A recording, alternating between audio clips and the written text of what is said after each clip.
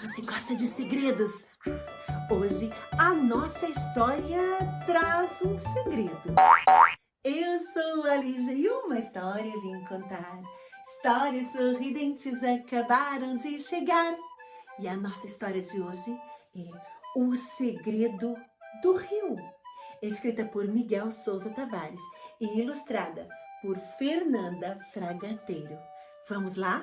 Mas não te esqueça, você ainda não tem a sua carteirinha virtual do seu canal de histórias. Ainda dá tempo. Vamos lá. Eu aguardo até 3. Vamos lá? 1, 2, 3. Subscrito. Muito bem. Este é o teu canal de leitura. Vamos à nossa história. Para o Martim, que queria saber por que é que as estrelas não caem do céu. Era uma vez um rapaz que morava numa casa no campo. Era uma casa muito pequena e branca, com uma chaminé muito alta por onde saía o fumo da lareira, que no inverno estava sempre acesa, que servia para cozinhar e para aquecer a casa. À roda da casa havia um pomar com árvores de fruto e, como as árvores eram de várias espécies, havia sempre fruta fresca durante quase todo o ano. No inverno, as árvores davam laranjas e tangerinas. Na primavera, davam peras e maçãs vermelhas. No verão, era a vez das ameixas, das cerejas, dos pêssegos. No fim do verão e no outono, chegavam os figos e os marmelos, e a parreira grande que dava sombra enchia-se de uvas. E quando passava a estação própria de cada fruta, podia-se comer as compotas que a mãe do rapaz tinha feito e que guardava em tigelas de barro e boiões de vidro, que davam sempre um cheiro perfumado a toda a casa. Mas além das árvores do pomar, o campo à roda da casa onde o rapaz vivia também tinha outras árvores, muito altas e grossas, que eram tão antigas que já estavam lá antes de a casa ter sido feita pelo avô do rapaz. O castanheiro dava castanhas, a nogueira dava nozes, mas, acima de tudo, as árvores grandes e antigas, como os 2 carvalhos em frente de casa, davam sombra e pareciam guardar a casa e fazer companhia. Junto ao ribeiro que passava à frente do terreno, haviam faias altas e esguias e chorões cuja copa densa caía até o chão e debaixo dos quais o rapaz brincava às cabanas com os amigos e com os 2 irmãos mais novos. Mas o sítio preferido do rapaz era o ribeiro. O ribeiro era um braço do rio que passava lá longe, na aldeia, e que de repente se separava dele e serpenteava pelo meio dos campos, entre arrozais e os campos de milho do verão, até voltar e encontrar-se outra vez com o rio principal, já depois de passada a casa. O ribeiro fazia uma curva e depois mergulhava numa pequena cascata de pedras antes de se alargar e formar um lago, mesmo em frente da casa. O chão era de areia e pequenas pedras que se chamam seixos, e a água era transparente e ótima para beber. As pessoas que moravam naquele lugar e na aldeia próxima bebiam daquela água, cozinhavam com ela e pescavam no rio. E por isso, todos tinham muito cuidado para não sujar o rio, não deitando lixo ou outras coisas lá para dentro. As pessoas sabiam que a água é a coisa mais preciosa da vida e que um rio que corre limpo é um milagre da natureza que não pode ser estragado. Aí, nesse pequeno lago que o ribeiro formava, o rapaz aprendera a nadar ainda muito pequeno e passava lá todos os dias de verão a tomar banho. Debaixo de água, nadava com os olhos abertos e por isso conhecia já quase todo o fundo do rio, desde as pequenas, desde as pedras mais bonitas até as várias espécies de peixe que desciam pela cascata e atravessavam o lago, continuando pelo rio abaixo em direção ao mar, muito longe dali. Havia também 2 ou 3 peixes que não estavam de passagem e que moravam nas margens do pequeno lago, entre esconderijos de pedras, cobertos por ramos de árvores que mergulhavam sobre as águas e escondiam os seus buracos. Às vezes, o rapaz ia espreitá-los nas suas casas e quando não os via lá, sabia que os peixes tinham ido nadar ao longo do rio à procura de comida. Quando ficava com frio de tanto tomar banho, o rapaz vinha estender-se num pequeno espaço de areia muito grossa que havia na margem do rio e ficava a aquecer-se ao sol. Nas noites de verão, antes de ir para a cama, vinha também muitas vezes sentar-se ali para se refrescar com a brisa fresca que vinha do rio, ou então deitava-se de costas na areia e ficava a olhar para as estrelas no céu, que brilhavam como se estivessem todas em festa. Às vezes, passava uma estrela cadente no céu e o rapaz pedia logo 3 desejos à estrela que tinha aprendido com a sua mãe. A mãe ensinara-lhe também que cada estrela do céu era uma pessoa boa que tinha morrido, que tinha deixado na terra alguém de quem gostava muito e que por isso ficava no céu depois de morrer. E de lá de cima via tudo o que se passava cá embaixo e tomava conta das pessoas de quem gostava e que deixara cá embaixo. Uma noite de verão, quando a luz da lua deixava ver até o fundo do rio, aconteceu que o rapaz estava sentado à sombra de um chorão e ouviu um barulho de alguma coisa roçar nas silvas, na outra margem do ribeiro. Escondeu-se, mas na sombra ficou muito quieto a escutar.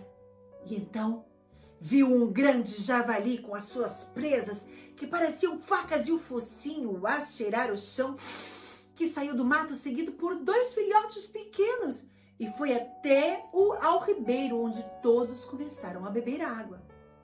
Com o coração aos pulos, de medo de excitação, o rapaz ficou suspenso, sem saber, sem fazer nenhum movimento e quase sem respirar, até que o javali e os seus filhotes acabassem de beber e desaparecessem outra vez no mato. Mas a maior aventura do rapaz no rio ainda estava para acontecer e deu-se numa tarde de primavera, quando o campo estava cheio de trevos, de malmequeres e de girassóis. A casa parecia toda cercada de flores que cresciam nos canteiros e nos vasos que a mãe do rapaz regava e tratava com tanto cuidado.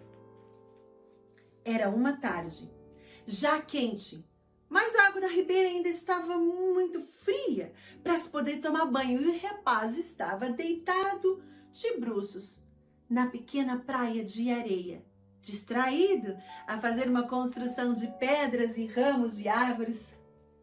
De repente, houve um grande barulho na água. Atrás de si voltou-se ainda a tempo de ver um enorme peixe que dava um salto imenso fora da água, torcido como se fosse uma bailarina. E depois de ficar um instante suspenso no ar, olhando tudo à roda, caiu outra vez dentro da água, com um grande estardalhaço, salpicando água até onde estava o rapaz. Este ficou quieto de medo, porque nunca tinha visto um peixe daquele tamanho e nem sabia que os peixes podiam dar saltos tão grandes fora da água.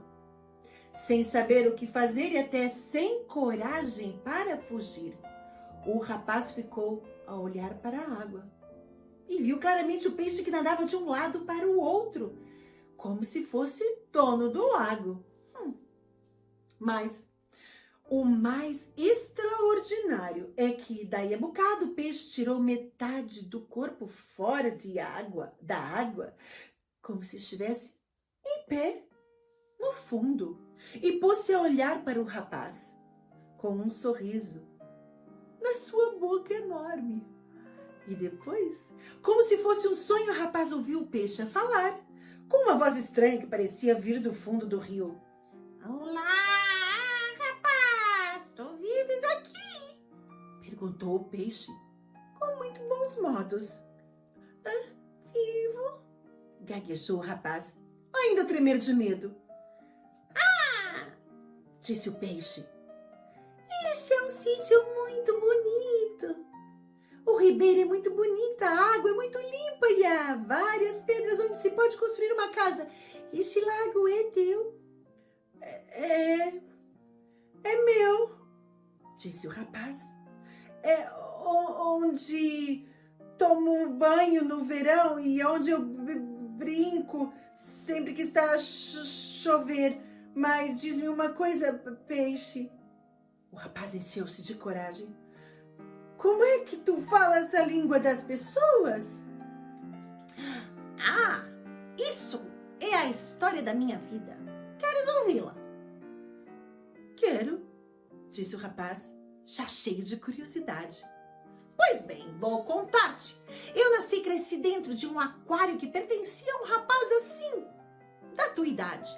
Ele gostava muito de mim e tratava-me muito bem. Estava sempre a dar-me comida e por isso eu fui crescendo muito. E falava tantas vezes comigo. Contava-me tudo da vida dele. Conversávamos tanto que eu acabei a falar a língua das pessoas. Mas só consigo falar fora da água. Debaixo da água só fala a língua dos peixes. Então aconteceu que eu fui ficando tão grande que já não cabia no aquário e a mãe do rapaz resolveu que eu tinha de ser deitado fora. Então combinou-se que eu iria ser lançado num rio muito grande para que vivesse com os outros peixes. Eu e meu amigo choramos muito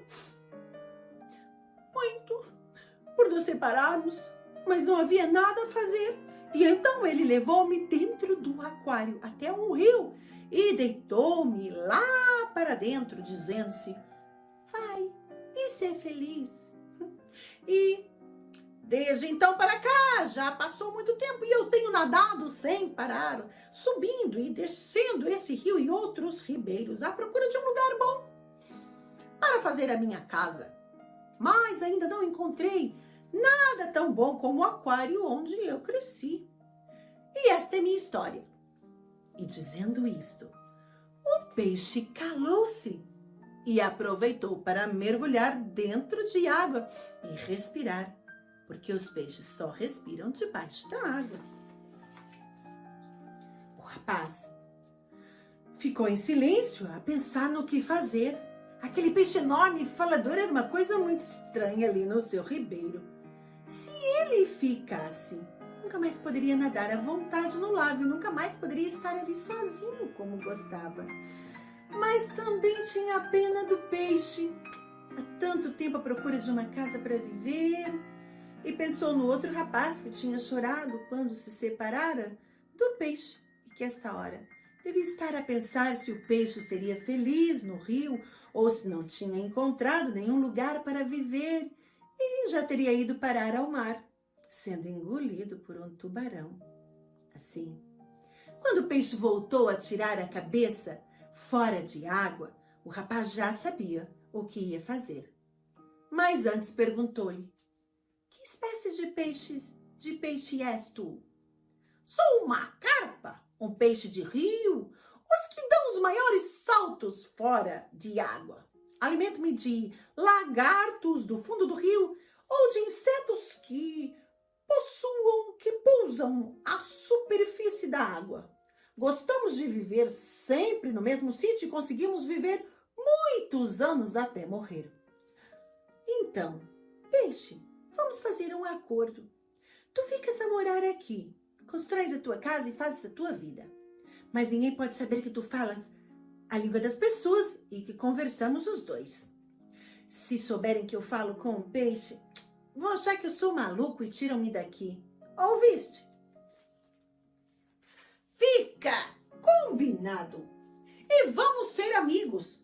Muito e muito obrigada, disse o peixe feliz. E deu um salto tão grande fora da água que o rapaz teve de olhar para o céu para ver até onde ele subira. E assim, durante toda aquela primavera, o rapaz e o peixe foram ficando amigos e aprendendo a brincar juntos. Quando o rapaz não tinha escola ou não era chamado para ajudar os pais, vinha até ao ribeiro e aí ficava a falar com o peixe ou a jogar a bola com ele. O rapaz atirava a bola ao peixe, que agarrava na boca, dando um salto fora da água e mergulhava com ela no fundo do rio. Depois, de repente, quando o rapaz não estava à espera, o peixe dava um salto fora da água e com a boca tirava a bola com toda a força para a terra, onde o rapaz tentava agarrá-la. Chegou o verão e os dias lindos continuaram, mas agora com mais calor. Estava sempre sol, noite claras de estrelas e em breve a mãe do rapaz autorizou a passar a tomar banho no rio, porque já não estava frio. Estes foram os tempos de grande brincadeira entre o rapaz e o peixe. Juntos mergulhavam dentro de água, o rapaz agarrado à cauda do peixe, que nadava à superfície e arrastava com toda a força, como se fosse um barco a motor. Às vezes, o peixe parava num ponto no meio do rio e dizia ao rapaz: "Agarra-te ao meu rabo com força, que vamos mergulhar lá no fundo para eu te mostrar umas pedras muito bonitas." E o rapaz agarrava-se com as duas mãos à cauda do peixe, fechava a boca e, com os olhos muito abertos, descia ao fundo do rio e voltava para cima agarrado a ele. Os outros peixes que os viam passar assim debaixo de água olhavam espantados para eles e paravam no sítio onde estavam, suspensos de admiração e com os olhos muito abertos, como os das crianças no circo. Nas noites mais quentes de verão, quando o calor não o deixava dormir, o rapaz descia silencioso pela janela do quarto e vinha até ao ribeiro. Então atirava umas pedrinhas para dentro de água, que era o sinal combinado para chamar o seu amigo. E o peixe, que dormia no seu buraco, feito com pedras e ramos de árvores arrastadas pela corrente, acordava com o som das pedras a cair dentro de água e vinha ter com o rapaz à margem. E aí ficavam a conversar muito tempo, o rapaz contando o que se passava na escola e em casa, e o peixe contando tudo o que acontecia debaixo de água, dentro do rio. Passou o verão, veio o outono e, em lugar das chuvas que se esperavam, o sol continuou sempre a brilhar e os dias continuaram muito quentes. O rapaz estava feliz porque isso permitia-lhe continuar a tomar banho no rio durante os dias e a vir sentar-se à noite na sua margem.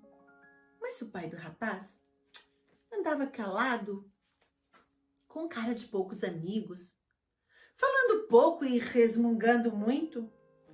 Pelas conversas do pai com a mãe, o rapaz percebeu que ele estava preocupado com a falta de chuva. As colheitas de outono estavam ameaçadas, o milho estava seco, as uvas queimadas, a seara não crescera e não havia azeitonas nas oliveiras. E de semana para semana, as coisas foram ficando piores. Continuava a não chover e em breve o poço que servia para regar os legumes e o pomar ficou seco. As laranjas, os marmelos, as romãs apodreciam nas árvores antes que ficassem maduros para poderem ser colhidos. O pai do rapaz andava agora profundamente triste e às vezes até arrancava os cabelos da cabeça sem saber o que fazer. E um dia, estava o rapaz já deitado na cama.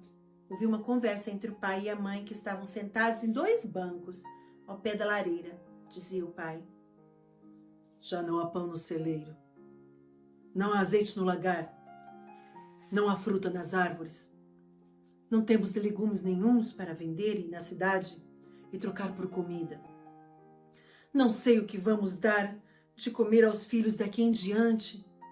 Como não choveu nada durante a primavera e o verão, nem sequer a caça nos campos. Não vejo um coelho, uma lebre ou um perdiz. Fugiu tudo. A mãe ficou calada, a pensar. Também ela não tinha fruta para fazer compotas. Não havia trigo, nem milho para vender ao moleiro para que ele os transformasse em farinha no seu moinho. No galinheiro já restavam poucas galinhas e os patos também não haviam comida que sobrasse para lhes dar.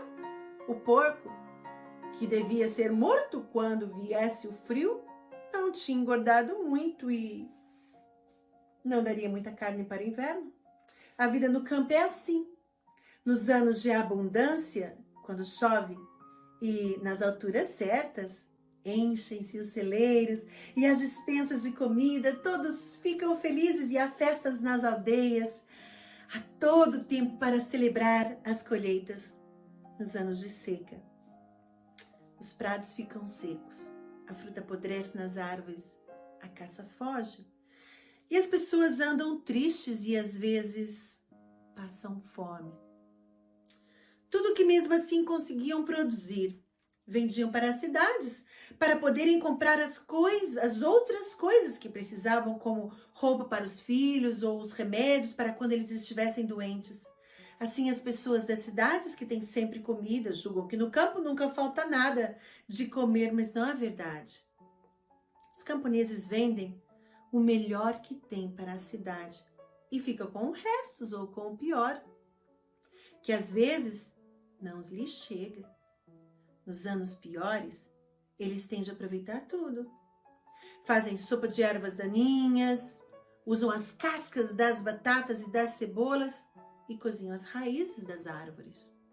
A mãe do rapaz já tinha conhecido outros anos assim e sabia que não havia nada a fazer. Só choveria quando o céu quisesse. Não sei o que vamos fazer. Não sei o que vamos dar de comer aos nossos filhos, repetia o pai, com um olhar triste a olhar para a tijoleira gasta no chão. Mas de repente, a mãe teve uma ideia e a cara dela alegrou-se. Agora me lembro. Vi há dias uma carpa gigantesca aqui no ribeiro, em frente de casa. Voltei a vê-la 2 dias depois, o que quer dizer que ela vive aqui. Se tu bloqueares com um tronco de árvore ou com uma rede, a parte de baixo do rio ela não consegue fugir por aí e nem pela cascata acima e fica presa. Então podes apanhá-la, nem que seja com um tiro de caçadeira. Digo-te que aquele peixe deve pesar aí uns 50 quilos e, depois de arranjado e de o salgarmos, deve dar comida para uns 2 meses, até que se mate o porco. O que achas? Grande ideia, disse o pai. Amanhã mesmo, logo de manhãzinha, vou tirar a rede da capoeira e estendê-la de um lado e o outro do ribeiro, para que a carpa não possa fugir. E depois vou apanhá-la. O rapaz ficou a ouvir aquela conversa e ficou gelado, de terror, sem saber o que fazer. Se avisasse o peixe e ele fugisse nessa noite, ficava na mesma sem o amigo e a família ficava sem comida. Por outro lado, se deixasse o pai pescar a carpa ela não conseguia imaginar-se capaz de comer aos bocados aquele peixe que agora era seu grande companheiro de conversas e de brincadeiras. O rapaz ficou muito quieto no escuro, na cama, enquanto continuava a ouvir os pais a conversar na sala. Depois eles foram deitar-se e a casa ficou toda escura e em silêncio. A lua estava em quarto crescente e vinha uma luz lá de fora que entrava pela janela do quarto e vinha bater no chão, ao pé da cama do rapaz. Ainda a tremer de medo, este levantou-se, vestiu às pressas umas calças e umas botas, abriu a janela devagar para não fazer barulho e deixou-se escorregar para o lado de fora da casa. Correu até a margem do ribeiro, até a praiazinha de areia grossa e fez sinal combinado para acordar o peixe, atirando 3 pedrinhas para o sítio onde ficava a casa dele. Passados uns instantes, ouviu um barulho debaixo de água, apareceu a cabeça da carpa, ainda com os olhos pequeninos de quem tinha acabado de acordar. Mas o que se passa? O que queres? Uma hora dessas? Perguntou o peixe. O rapaz contou-lhe rapidamente o que se passava e disse: tens que fugir já esta noite. Daqui a bocado, logo que romper o dia, o meu pai estará aqui para montar a rede e se tu não tiveres fugido, ficas preso.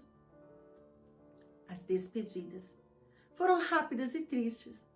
O rapaz tinha lágrimas nos olhos ao pensar que se ia separar do amigo e também por pensar que o peixe tinha de recomeçar outra vez a sua procura de um sítio bom para viver. O peixe iria descer o ribeiro até voltar a encontrar o rio que vinha da aldeia e, quando aí chegasse, teria de escolher entre subir ou descer o rio, à procura de uma nova casa. Adeus, adeus, não chores, disse o peixe. Talvez se não for viver para muito longe, um dia te posso vir visitar no verão e voltaremos a tomar banho juntos. Adeus, meu amigo. Não esquecerei nunca que me deixaste viver aqui no teu ribeiro e que me salvaste a vida esta noite. Onde quer que eu esteja, nunca me esquecerei de ti.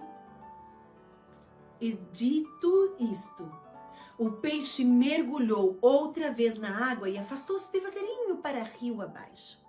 O rapaz ficou a ver a sombra debaixo da água, através da luz da lua, até que deixou de o ver e de ouvir o barulho da água à sua passagem. Então, deitou-se de bruços na areia e deixou-se chorar durante muito tempo. Depois, voltou para casa e deitou-se na cama, tão triste por dentro, que era como se tivesse uma pedra dentro do peito no lugar do coração. Claro que, no dia seguinte, foi grande decepção e desalento do pai quando, depois de montada a rede, percebeu que afinal a carpa já não vivia ali. O rapaz seguiu seus gestos à distância, sentindo-se culpado por aquela traição, mas ao mesmo tempo sentindo-se aliviado por não ter de ver o amigo a ser morto com um tiro. Nessa noite, o jantar foi muito triste. Todos estavam silenciosos e tristes, os pais, porque tinham visto desaparecer a última esperança de arranjarem comida para os próximos tempos, e o rapaz, porque tinha saudades do amigo e nem conseguia pensar nele sem imaginar a falta que ele ia fazer. E tudo continuou triste nos dias, nas semanas seguintes. O sol continuava a brilhar e os dias eram lindos, mas não se pode comer o sol. E as pessoas do campo não se cansavam de olhar para o céu, a ver se avistavam nuvens que fossem sinal de chuva. Ninguém se atrevia a fazer as sementeiras daquela época, com medo de que a falta de água matasse as sementes na terra. Todos andavam mal dispostos e as pessoas quase não falavam entre si. O rapaz nunca mais fora passear para a margem do rio. De repente, o rio tinha perdido seu segredo, tinha perdido a sua magia. A vida do rapaz parecia-lhe completamente vazia e sem sentido. Preferia não ir passear para o rio, nem sequer olhar para lá, não sentir Mas a falta do seu amigo, todo o tempo em que não estava na escola, ficava em casa, fechado no quarto e deitado na cama a olhar para o teto. E perguntava a si mesmo, se o mundo iria acabar.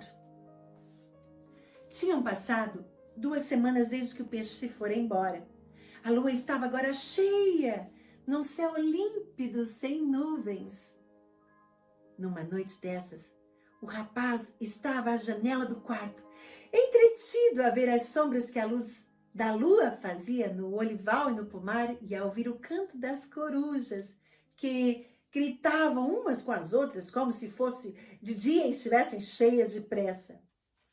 Dali da janela do quarto, conseguia avistar o ribeiro e via suas águas quietas, que ao luar pareciam pintadas de prata.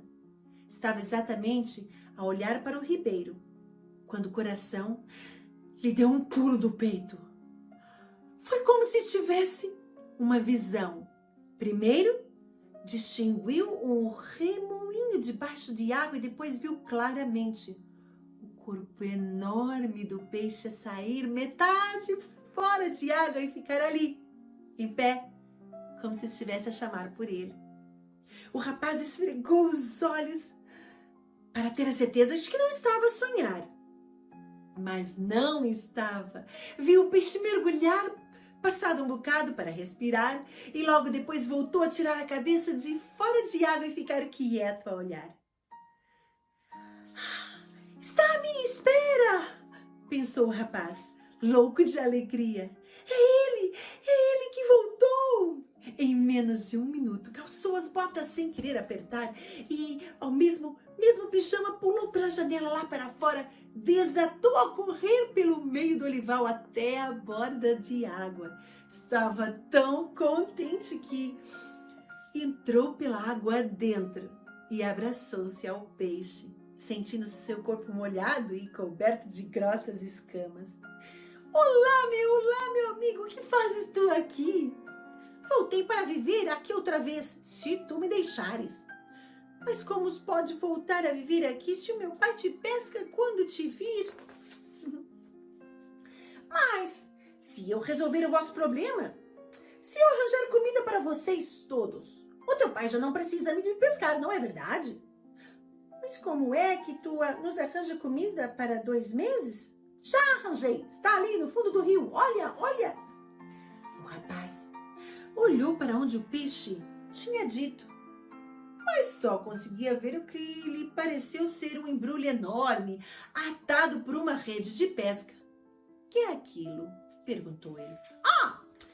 Aquilo é uma longa história difícil de acreditar. Ora, ouve-me. Quando saí daqui, desci o ribeiro e cheguei ao Rio Grande, lá adiante junto ao moinho, não sabia se havia de descer o rio ou subi-lo e pensar como se deve ser triste para vocês não terem comida e como deve ser horrível para os vossos pais saberem que, quando se acabarem as últimas reservas, não vou ter nada de dar de comer aos filhos. Não deve haver nada pior para um pai e uma mãe do que verem um filho com fome e não terem nada para lhe dar. O rapaz ouviu a história, comovido e morto de curiosidade. E depois? Perguntou ele. Depois, pus-me a pensar naquilo que os homens comem. Que é diferente do que os peixes comem. E foi então que de repente me lembrei que lá em cima, lá muito para o alto do rio, está um navio naufragado, pelo qual eu pensei, a quando da minha viagem até vir aqui ter. Eu até tinha ficado 2 dias a dormir nesse barco e lembrou-me bem do porão dele. Quando vinha descer o rio no ano passado, durante uma tempestade no inverno, partiu-se ao meio e foi ao fundo, abrindo-se o porão e despejando a carga no fundo do rio. Como eu fui criado num aquário, numa casa com pessoas, sabia o que era aquela carga. Latas de comida, daquelas que as pessoas comem. Então, voltei a subir o rio até lá para ver o que podia fazer. Descobri o barco e encontrei a rede de pesca que estava no convés semi-destruído. Demorou-me 3 dias a estender a rede no chão, a pôr lá em cima muitas e muitas latas de comida e depois fazer um saco gigantesco com a rede, atar as pontas para que não se perdesse nenhuma lata pelo caminho. É esse saco, está aí, concluiu o peixe, ofegante, e mergulhou para respirar. O rapaz mal conseguiu esperar que ele voltasse à superfície outra vez para lhe perguntar: mas como é que tu conseguiste arrastar esse saco enorme, com esse peso todo até aqui?